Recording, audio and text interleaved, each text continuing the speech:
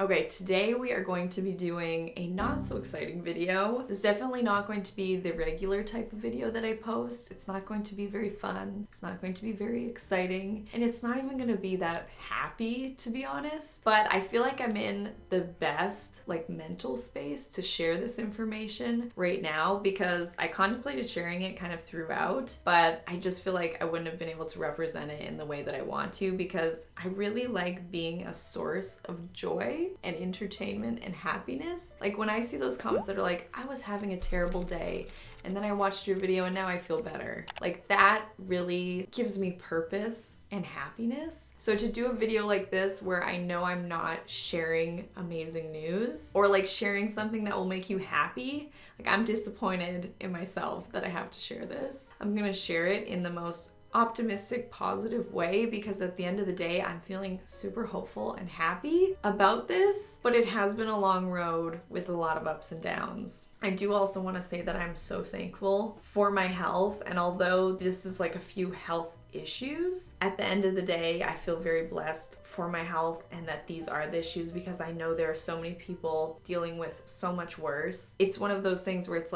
just because it's not the worst thing in the world doesn't mean it isn't hard. So with all of that being said, videos are probably going to start looking a little bit different from this moment forward, just for hopefully a small period of time. And that's because I will no longer be at my home, and I'm not there right now. I actually haven't been there for 3 weeks. I've been going back once in a while to film in the studio, but for the most part, I've been staying with my family. Stuart and I have been staying with my family. I don't want people thinking that this is a divorce video. It's not. Stuart's been very much along for all of this, being very supportive and very kind, might I add. Basically, I just know a lot of questions are gonna come when I'm filming in a new place, so I just want to clear up any questions about it. So I haven't opened up completely about this, but I have mentioned things like this lightly in videos. So I've had psoriasis since I was 10, and if you don't know what psoriasis is, you can give it a quick Google. It's an autoimmune skin condition, and it's uncontrollable. Before you ask, yes, I've tried so many different remedies for it. I mean, in 14 years, you can imagine. You try a lot of natural remedies, so many different steroids, so many different even just wellness things, and nothing's worked. Basically, I've been taking a steroid the entire time, and that controls it for the most part, but obviously taking topical steroid for a prolonged period of time, there's side effects, and I've experienced some of those side effects. But okay, so my psoriasis for 12 years maintained the same spot. So basically, I have it from here all the way up to here. This is the other thing. I'm so thankful to have it just in that one spot because I know, and I've talked to quite a few people who have psoriasis, and it spreads, and it's a full body. It just sounds awful, and I feel for them so much because I experience it in such a small spot. But when I moved into my new home, which by the way, my new home is new to me, it's not new, which we'll get into that later. My psoriasis for the first time ever started to spread and migrate. So it spread down and up and forward and actually down onto my face. So when I wasn't wearing makeup, you could see it here. And that was very alarming because that had never happened. And I was obviously concerned that it would continue to spread down my face and down my body and become a bigger issue for me. So exactly around the time my psoriasis was spreading and getting worse, I also started to get this really weird, what I describe basically as exactly like hay fever. And if you watch my videos, you've heard me reference my nose and seen me with Kleenex stuffed up it. But basically my nose runs like a faucet, and also a really, really bad consistent headache in the same spot, and also what feels like bruising behind the eyes and just so much sneezing. When I was editing, I could just shove Kleenex up my nose and go at it, not wear any makeup. But when I was filming, that is when it was really a hindrance. Okay, so I ended up finding some raw footage of me filming just to give a better idea of what I mean when I say it really hindered filming. This is just a few grabs from the raw footage from the Temu with Shein video that I did. What are we at? 15, we can do one more. Oh no! I can't withhold it anymore. No, Donald. Not, no, wait.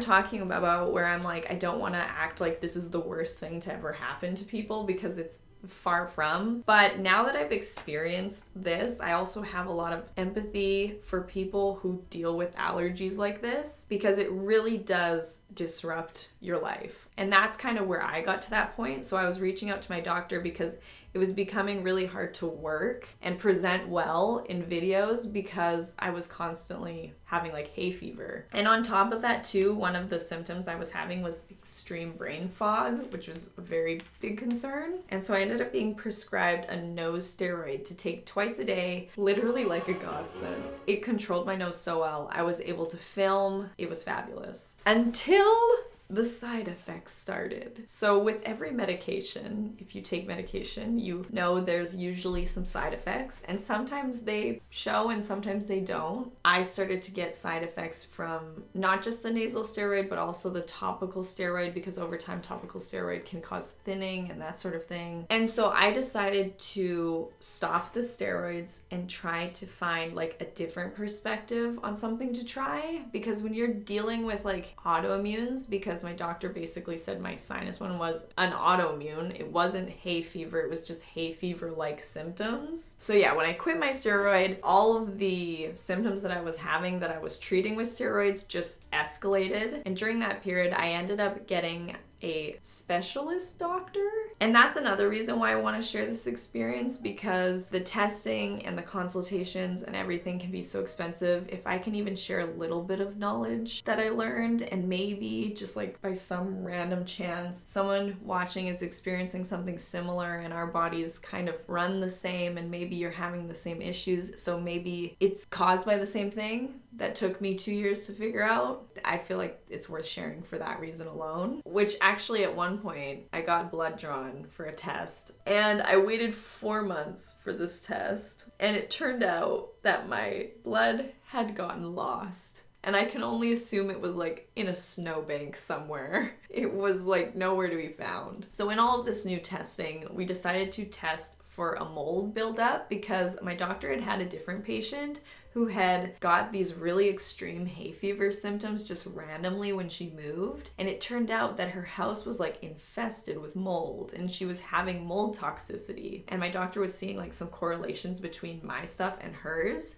So we tested for the mold, and sure enough, I was experiencing mold toxicity, like high levels of mold buildup. So basically, after getting this mold information, my doctor advised me to leave my house and do some mold testing on the house while I'm gone, and basically see if my symptoms get better when I leave the house, because that would be a very direct correlation of if it gets better when you leave, it's probably the mold is in the house. My heart goes out to people who have to do mold testing, because it is so frustrating. I thought mold was like, oh, I see mold, we have a mold problem. But mold can be like hidden, and it is so expensive to test for. So left to our own resources, we never would have found mold. But based on these professional mold tests that got done, and they had to cut a bunch of holes in the walls, they ended up finding a bunch of like black mold in the wall of the office that I work in. The assumption is that window probably wasn't secured in there correctly, so it was leaking into the wall, creating mold. And also, if you guys know, I live in the basement, and apparently the ceiling, I always kind of was suspicious of it because the ceiling had like a water damage stain on it. So there was mold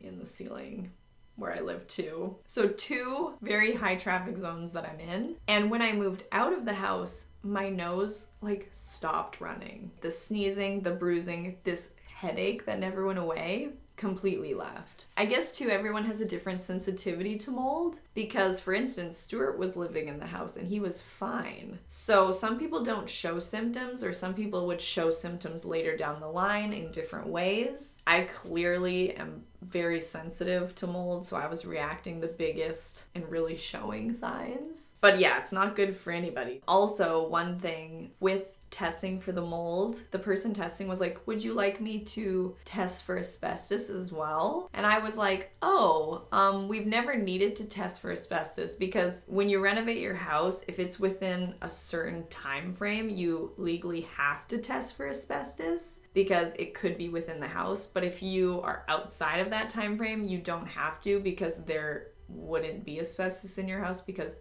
those building tools were like banned. But I was like, you know what? The mold testing's already so crazy. There's already tons of holes in the house.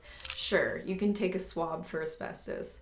And you probably can see where this is going. There was asbestos in one room, and the most frustrating part about that finding of asbestos is it's in the one room that we had took a wall down. And like when you get the permit to take a wall down, when your house is in this time frame outside of when people were using asbestos, you don't have to test for asbestos because it shouldn't have been used. Like something went wrong somewhere along the way for there to have been asbestos in that house. Okay, but basically I will be out of my house for the next month or so. I've already been out of the house at this point for 3 weeks. I've just been going back to the house to film videos because I really didn't want the quality of the videos to drop. But at this point, now that there's asbestos found and all the remediation needs to start, we cannot be in the house. So we're gonna be out for about hopefully a month, hopefully it gets done in time. And I'm currently looking for somewhere to try to use as the studio to rent in the meantime so that the video quality can stay